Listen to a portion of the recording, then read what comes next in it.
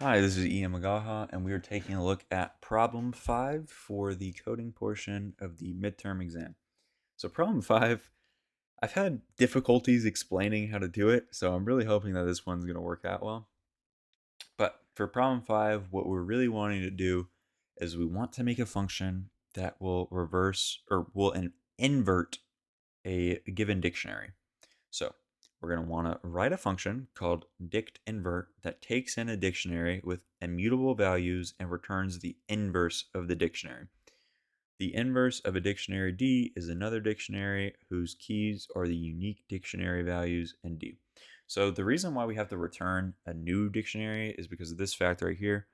Dictionaries are immutable. We can't just change the original dictionary D, so we have to make a new one. And then the value for a key in the inverse dictionary is a sorted list of all keys in D that have the same value in D. So let's get let's get on that. I'm gonna read this last part one more time. The value for a key in the inverse dictionary is a sorted list of all keys in D that have the same value in D. Yeah, so I mean, this applies to dictionary too here. First, I want to start off by saying I have 3 different dictionaries here to just really make sure that my inverting function actually inverts. So this last clause right here is seen in dictionary 2, where we have a key of 1 has a value of 10, a key of 2 has a value of 20, and a key of 3 has a value of 30, but a key of 4 also has a value of 30. So, so the value for key in the inverse dictionary is a sorted list of all the keys in D, which would be 3 and 4, that have the same value in D. And the same value would be 30. So it's really for this case right here. And we'll see what happens. So let's take a look at what we should do for the function dictinvert. So, like we were saying earlier, dictionaries, they're immutable. So we need a new dictionary. We're also going to need 2 different lists. We need a key list for, all the keys that are going to be in our dictionary, and then we need a value list for all the values that are in the dictionary D. So, first we want to fill out that key list and that value list. But let's take a look at how to fill out the key list. We're going to have a for loop for each key in the list of keys for dictionary D. We're going to append each key to key list. That's how we're going to fill out key list, is just append each key to the list. And it's the same exact thing for our value list. For each value in the list of values in dictionary D, we're going to append each value to the value list. That's pretty straightforward. Now it gets to the part that I find a little harder to explain. So this is how we're really inverting. For I, so we need another for loop. So for I in range of the length of key list. So let's for dictionary 1, that what I have up right here. We have 3 keys. So our length of so we'd have a length of 3 for a key list. Anyway, so for I in range of the length of key list, um, I want to take a look at this else statement first, because this is like our base condition. We want to turn each value into a key. And the way that we do that is we're going to say that new dictionary at its key, which is really a value from the value list, we are going to have a value that's from the key list. So we are making each value from the value list a key, and the value for each of those keys is going to be a key from the key list. So for example, I is going to start at 0 initially. So the first value in our value list for, let's say, dictionary 1 up here would be 10.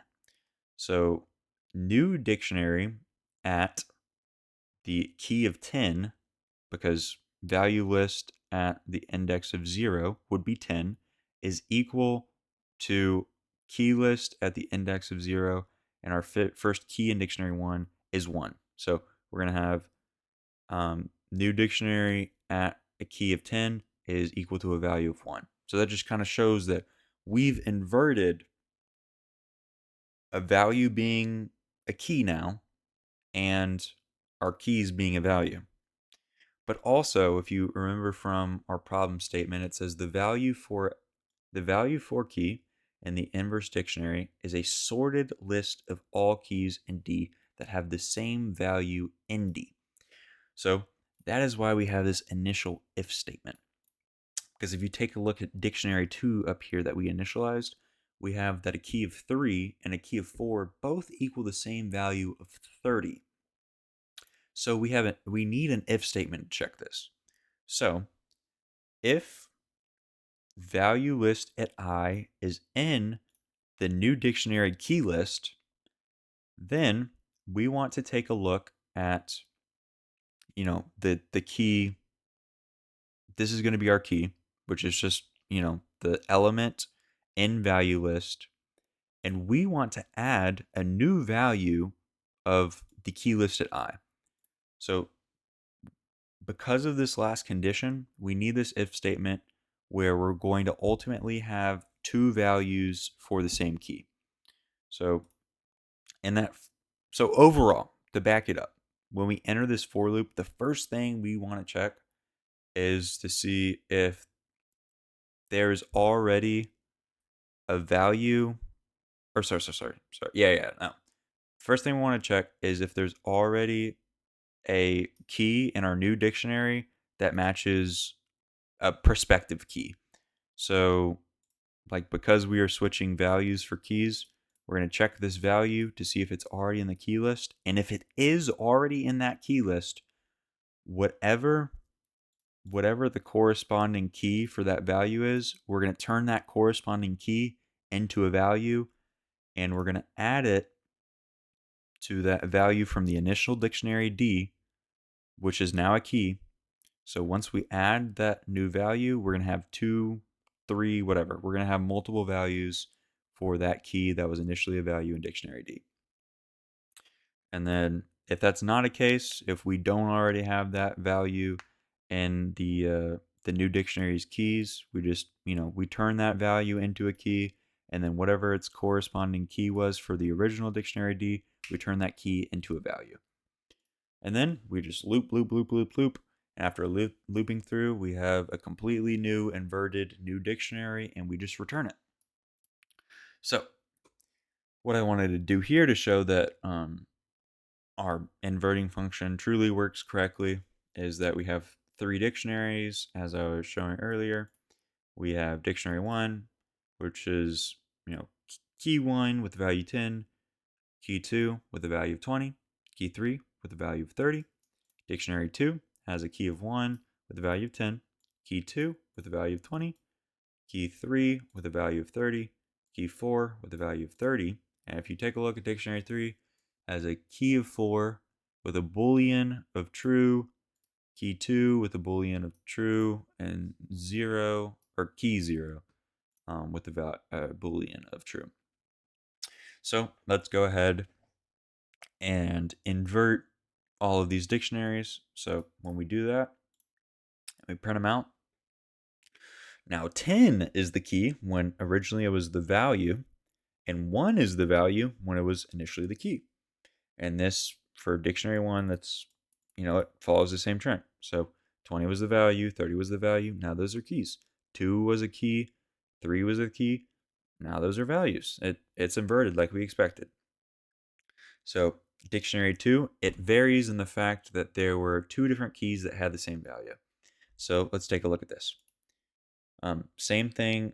So dictionary 2 is the same as dictionary 1, where both 10 and 20 and 30, actually, those were all values and now they're keys.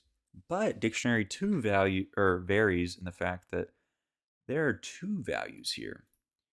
And there are 2 values here because of that condition. So if there were keys that had the same value, then we wanted to put those 2 values together under the same key in the new dictionary. And we're doing that. So now our keys of 3 and 4 are now values under the same key of 30, which is the value in the original dictionary that they shared. So that works like expected. This can also be seen in dictionary 3 when we invert it. Because if you remember, true was our value for all of the keys of 4, 2, and 0. Now true is going to be our key, and our values are all going to be, shared with the same key, and they're going to be 4, 2, and 0, and they were initially keys, but now they're values in the new inverted dictionary. I hope that I explained that well enough. To me, it was a little hard to explain, but I hope that I got the point across that I was trying to. I will see you soon in problem 6 for the midterm coding exam. Hey, update. I just realized after doing the problem and filming the video that I read like 3 times the make sure it's a sorted list of all keys. I read that like 4 times, four times. Did not do the sorted part. So, updated the code. So now before we do anything, within the function we take D as the dictionary and then we create a completely new sorted dictionary just from using these functions right here. So you do dict and then sorted, and then you are sorting the D dot items. And then you get a sorted dictionary, and using that sorted dictionary, you get the list of keys and you get the list of values. Anyway, so after sorting the dictionary first and then using that to make your list of your values and your keys, once you do that and you do everything, like I don't need this. I was tinkering around trying to get the work. Once you sort it first, now you will make sure you get a sorted list that ascends. So that that should make sure everything's correct. Before we had 4 to 0, it was descending, but it was only descending in a sorted fashion just because of the way that we had them entered. Like at D3 up there, you can see that the keys are 4, 2, and 0. If I go 4, 0, 2, it shouldn't change the output. It should still be true is the key, and it should be 0, 2, 4. And let's see if that's the case, and it is the case. So in order to make sure that the dictionary is sorted, you can make a new sorted dictionary first using this right here. And then that will make sure that all those lists, everything will be sorted and ascending.